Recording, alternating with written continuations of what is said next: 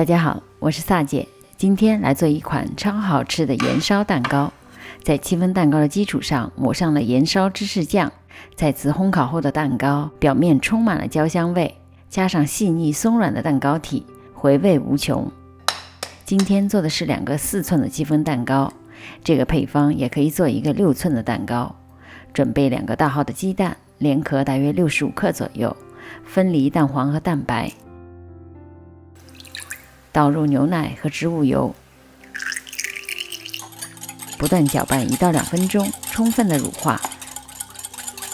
等混合液变成白色，油水完全不分离，分2次倒入过筛的低筋面粉，用 Z 字的方法混合，不用太用力搅拌，只要见不到干粉就可以了。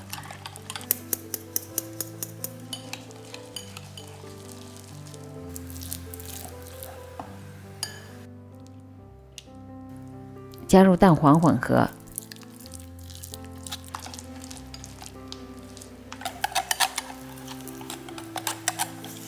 也可以倒入少量的香草精华。现在的蛋黄糊应该是顺滑流动的状态，如果蛋黄糊太稠，稍加一点点牛奶，否则和蛋白霜混合之后非常容易消泡。这时开始预热烤箱至145度，蛋白里倒入少量的柠檬汁，也可以用塔塔粉或者白醋来替代，可以让蛋白霜更加的稳定，不容易消泡。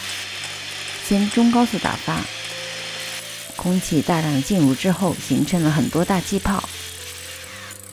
加入1/3的细砂糖，继续中高速打发，大气泡逐渐变小，出现较粗的纹路。加入另外1/3的糖，改成中速。蛋白霜的纹路开始变得细腻有光泽，踢搅拌头出现大弯钩，就是我们平时说的湿性发泡。一般制作蛋糕卷到这个状态就要收手了。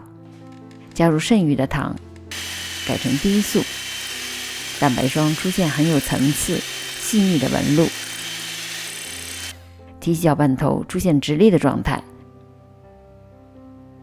把碗翻转，蛋白霜也不会掉落下来，这就是戚风蛋糕所需要的干性发泡状态。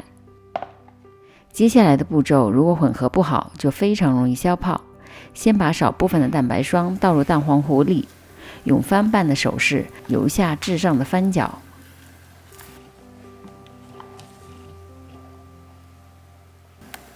然后倒回剩余的蛋白霜里。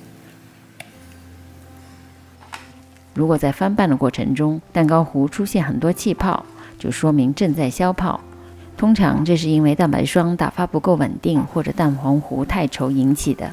一旦消泡，蛋糕糊就会比较稀，烤制出来的蛋糕高度自然也不够。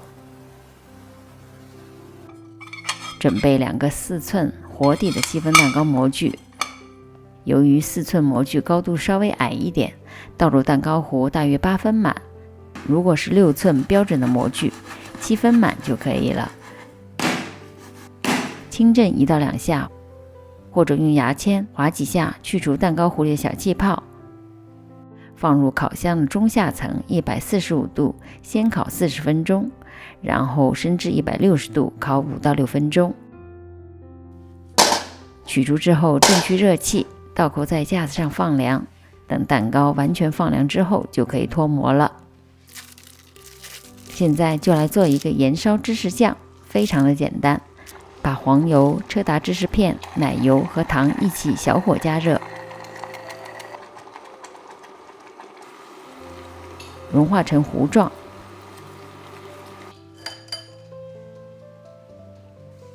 关火过筛之后稍微放凉，就可以抹在蛋糕上了。蛋糕的表面和四周都要刷到。